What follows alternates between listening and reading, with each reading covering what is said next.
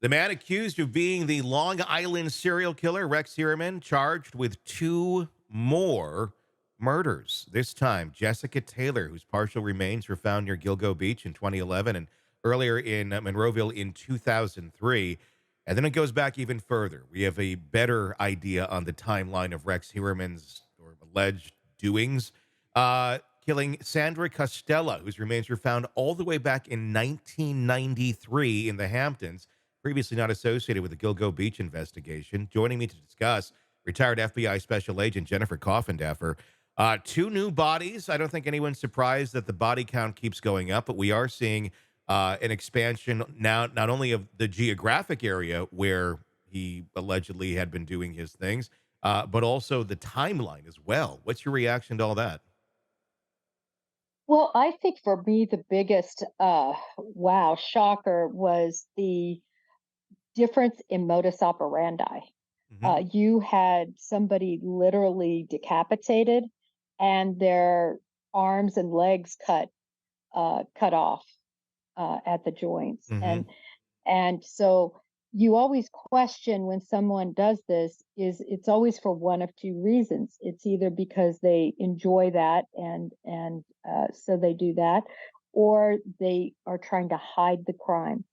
I'm very convinced, especially after reading his diaries, if you will, about how to kill, that he was quite adept at learning from his mistakes each time, Hmm. and adept at trying to hide what he had done. He also essentially severed off a tattoo Yeah. from one of his victims, so the identification would come late. Uh, I mean, he was able to get away with all these murder, Tony, for decades, and that was because he was good at it. Another interesting thing is it seems he kind of has changed his path or his methods, if you will, as time went on. I mean, some of the bodies that were found on Gilgo were not as chopped up as some of these were. It does make you wonder. Did he start to get lazier in later years? Did it get more difficult or time consuming or tiring to go to the lengths that some of these initial victims appear to have been subjected to. Tony, that's a perfect point. I think you're exactly right because he talks about that too. He talks about how it's tiring, and he needs to make sure he's rested, and he needs to keep things short. Mhm. And I think he did have to cut down on everything. It was really also though uh, concerning to see over 20 stab wounds, and they said mortem.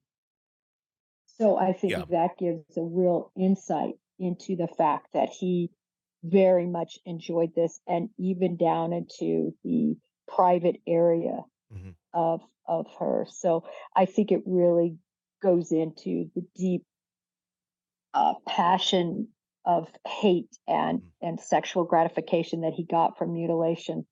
Yeah, I mean, clearly, he really had a thing for this all the way down to documenting it that we've seen, and some of the verbiage that he uses.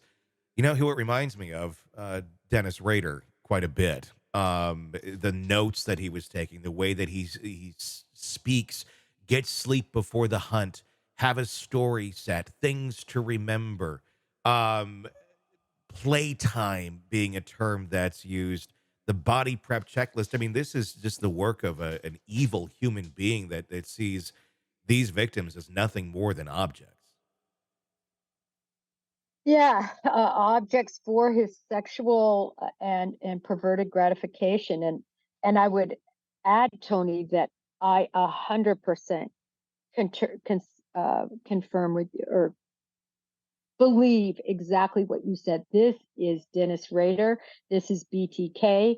This is exactly what Kerry Ross and his daughter has had to deal with and describe, and certainly also the interconnection with him studying, if you will, people who study serial killers Yeah. and what they had to say about other killers.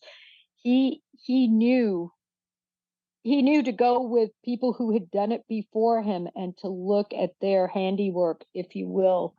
And that's why he got away with this for so long. Yeah. It is extremely chilling. When we're looking at the timeline here now of Rex Heuermann, the accused Long Island serial killer, we're going back to 93. Now, that's not to say that that is the official starting point. Very likely it probably goes back even a bit earlier. He would have been in his early 30s at the time. He marries Asa Ellerup in 1996, 3 years after what we know to be, his alleged first killing. Uh, she's there. So she's there for the at least 3 decades of all of this. Obviously, she's not charged with any sort of crime, but I am wondering, how do you keep your head in the sand for all of that time? I know we have examples of it. We have, Rader's family is one of those. But it does make you wonder a little bit, what was she aware of? And maybe not be able to put the pieces together to go, oh, he's killing people. But there had to have been some things where it's like, what is up with your husband here?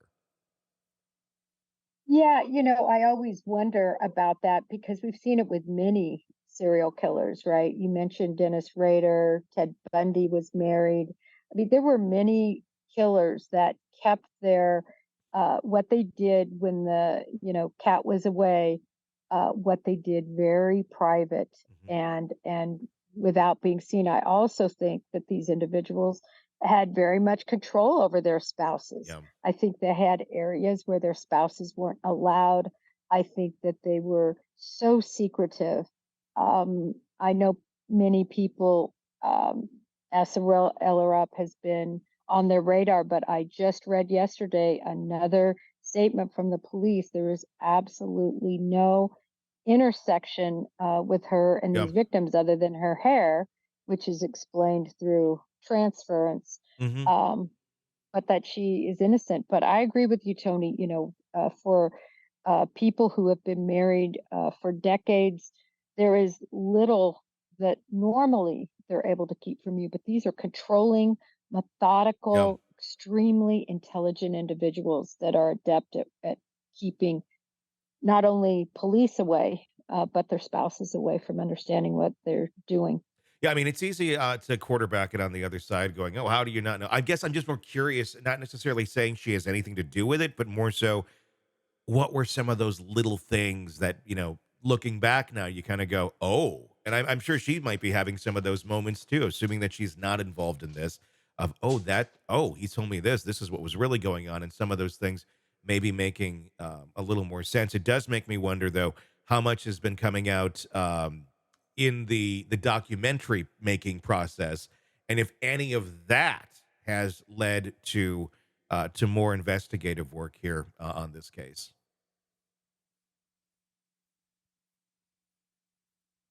Well, I can tell you, Tony, that documentary, I'm certainly going to be tuning in. Yeah, without a I'm doubt. fascinated to know what Asa Ellerup really, like you said, those clues that she never understood what they meant, and now they're probably so clear. I think the other reason, though, Tony, that uh, so much went undetected was the state of that home.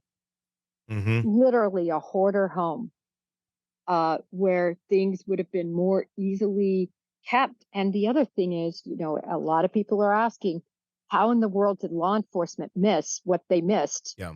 That I believe had to do with human remains in some way that they had to go back and get. And I've always said he's an architect.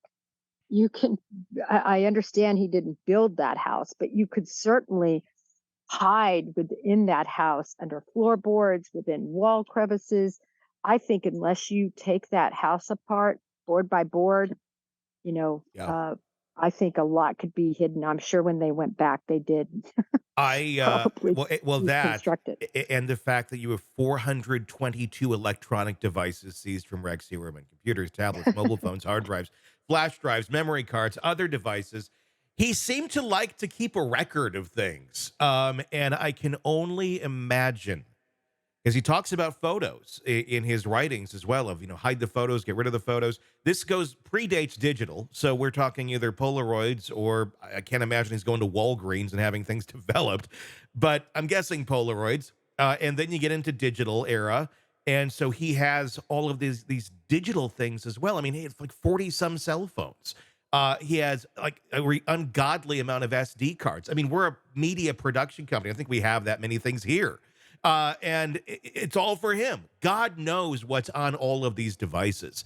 I would imagine that this is going to be, it's a weird term to talk about when you're talking about dead bodies and dead people, but a treasure trove of information that will hopefully bring some justice and closure to these families of all these women. And I'm thinking we're going to go far beyond 11 here, that have been missing or been found dead over the last 35 plus years.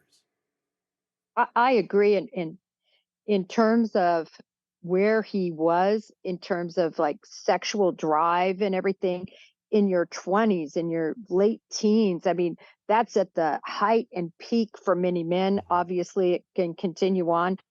I think there is no chance that there aren't more bodies found, and much earlier too. Yeah. It is certainly a shocking one. I'm thinking he may be one of the most prolific serial killers possibly in recent history. Now that we are learning all this, and I can only imagine how much more will be coming out.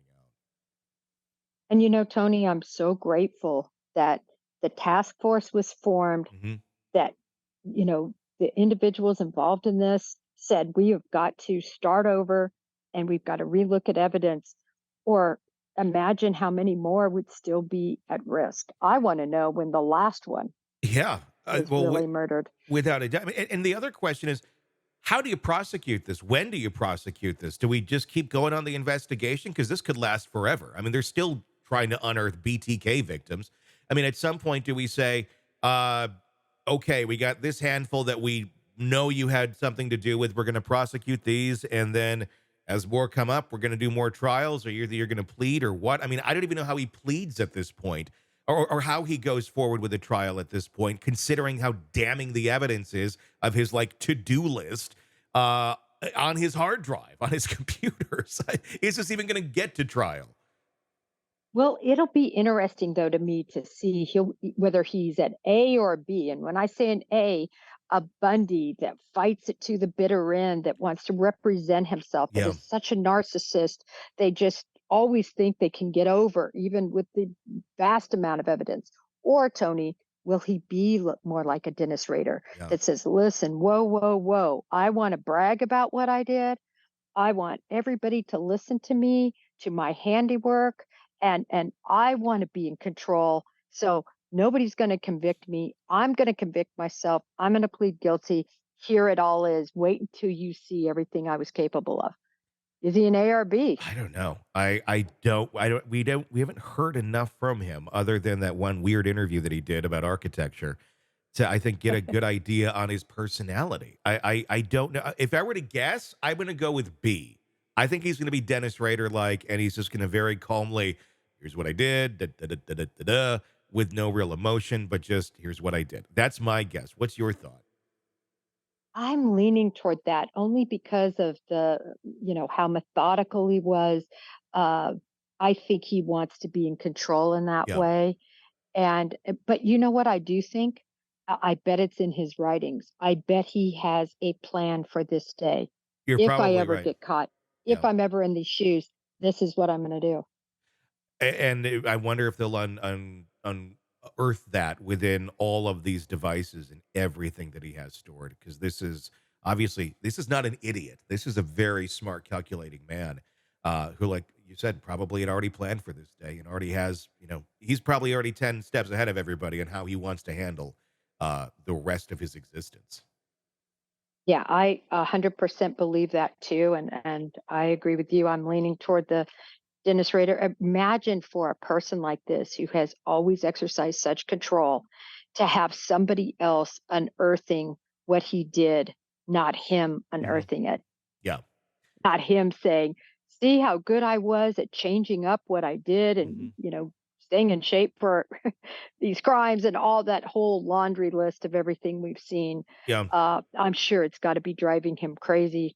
I think he's going to want the credit for it. He's going to want to be able to say, look how smart I am. Look how good this is. Because he knows there's nothing else, but he will get some sort of pride out of being able to do that, just like Rader still attempts to do.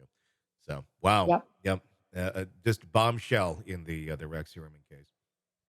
Hey, thanks for checking out the video. Be sure to follow us wherever you download podcasts, and especially Apple Podcasts, where you can get advanced episode and premium content on our premium channel right there. Also, be sure to follow us on social media so you don't miss any breaking updates on the stories that matter to you most. We're on TikTok, X, Instagram, Facebook. Just search Hidden Killers Podcast with Tony Bruschi, and you'll find us right there. Again, thanks for watching.